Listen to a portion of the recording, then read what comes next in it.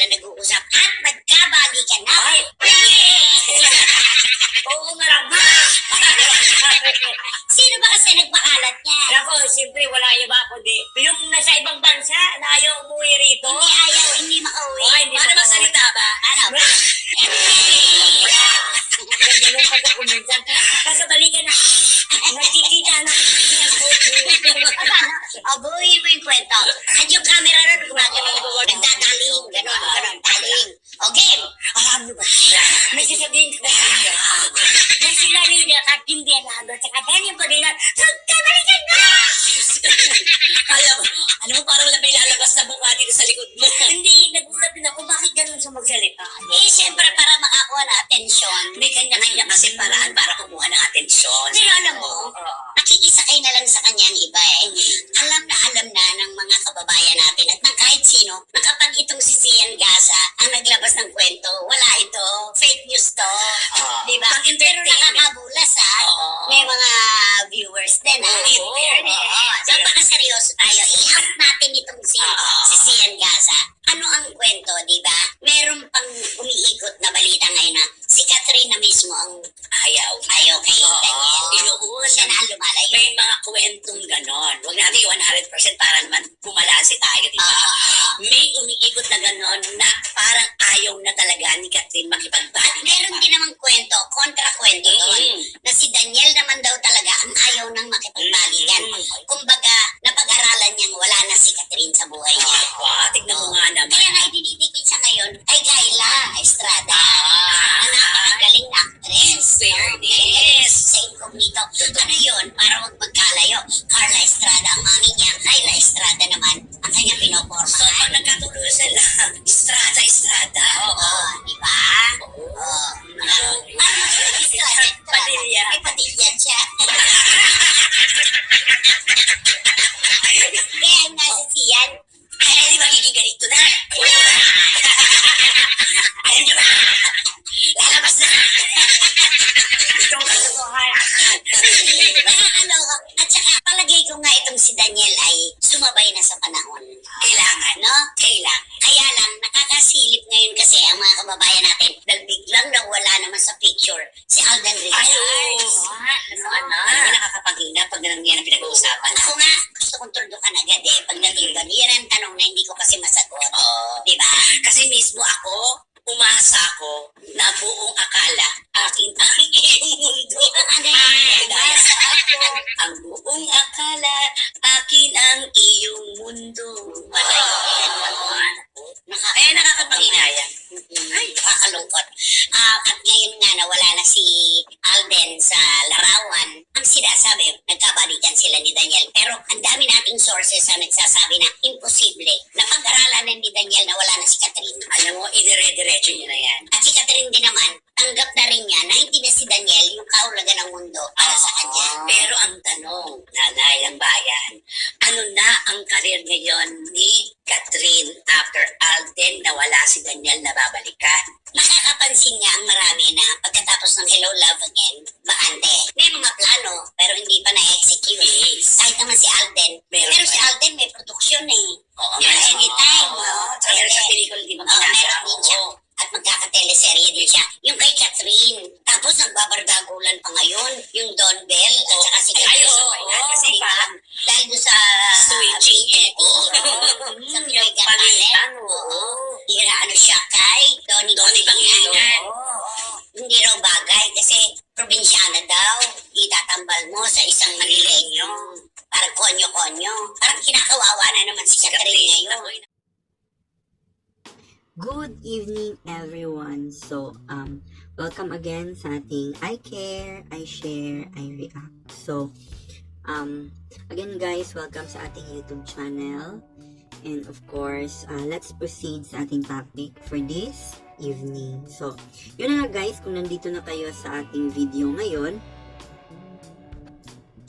yun na nga guys, kung andito kayo sa ating video na ngayon, is pag-uusapan nga natin no, about kay Catherine Bernardo and Daniel Padilla, and of course Alden Richard, And of course, yung bagong tinatambal ngayon kay Catherine Bernardo na si Donnie Pangilinan. So, nakita nyo na yung unang videos kung saan ay sinabi nga nila yung mga issue.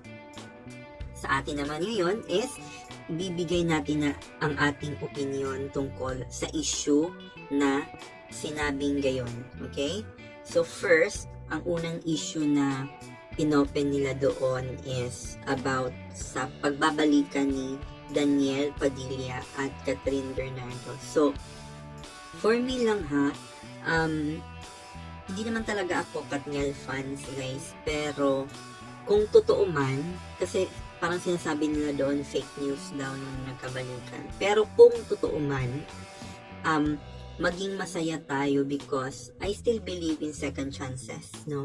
Naniniwala ako na everyone deserve a second chance. Everyone deserve second opportunity na magbago at mas makita yung importansya ng isang tao. Okay? So, yun yung masasabi ko doon sa nagkabalikan sila. Kasi, may mga nega kasi guys na nagsasabi na parang imposible daw na magkabalikan, ganito, ganyan. But, we still believe in second chances. Kasi nga, di ba, kung ito sa akin lang naman, kung yung Diyos nga natin, no, si Jesus Christ, sinasabi nga niya na, always forgive. So, forgive kasi guys is also equivalent to second chances. And ang sinasabi ng forgiveness ni Jesus Christ is unlimited. So, hindi lang 7. Kasi diba sila 7 to 7 to 7, but unlimited talaga yung sinasabi niya. So, yun. Minsan kasi masakit, pero tayo lang din kasi mga tao ang nasasaktan if you don't forgive. No? Tayo lang din yung magdadala, tayo lang din yung mabibigatan. So, aside from forgiveness, nandun na din yung acceptance. Pero nga, sinasabi doon nga, ang acceptance naman is doesn't matter anymore. Kasi nga, ang importante is yung repentance, kumbaga. So, sana, kung hindi man sila talaga magkaayos, sana maging civil lang sila. Or kung hindi man sila magkabalikan, sana at least ba maging civil, tsaka maging okay yung nila, yung pakikitungo sa isa't isa, kasi parehas naman sila na artista. And of course, let's go sa ating pangalawang topic. Yun ngang hindi pagtuloy ng panliligaw ni Alden Richard kay Catherine Bernardo. So, ang masasabi lang natin doon, no, may kanya-kanya tayong choices. At siguro, kasi di ba that time nagtamba lang sila for sa kanilang movie. So, hindi naman talaga niya sinabi na may gusto sila sa isa't isa. But I still believe guys, no, na kung may chance naman talagang magka-developan, pero hindi, in my analysis, parang hindi sila bagay for me as kumbaga parang hindi sila compatible for me, si Catherine Bernardo at saka si Alden Richard. For me lang naman, wag nyo naman ako i-bash. So yun lang masasabi ko sa topic na yan. And then let's go sa ating pang tatlong topic. Yun nga parang siniship yung classmate mo, ship. Yung siniship si Donnie Pangilinan at si Catherine Bernardo. Yun, gano'n naman talaga ang mga artista, no? Siguro, ngayon, hindi pa lang muna na-accept yun ng mga fans na may certain things talaga na gano'n. May mga fans kasi na dilulo talaga, yung parang hindi nila talaga ma-accept. Pero, along the way, ma-accept naman din nila yun. Kasi gano'n naman talaga yung mga artista, guys. Walang forever sa kanila. Like, even yung sa screen nila na tambalan, walang forever. Kasi diba tumatanda din sila. And then, they also set their own priorities in their personal life.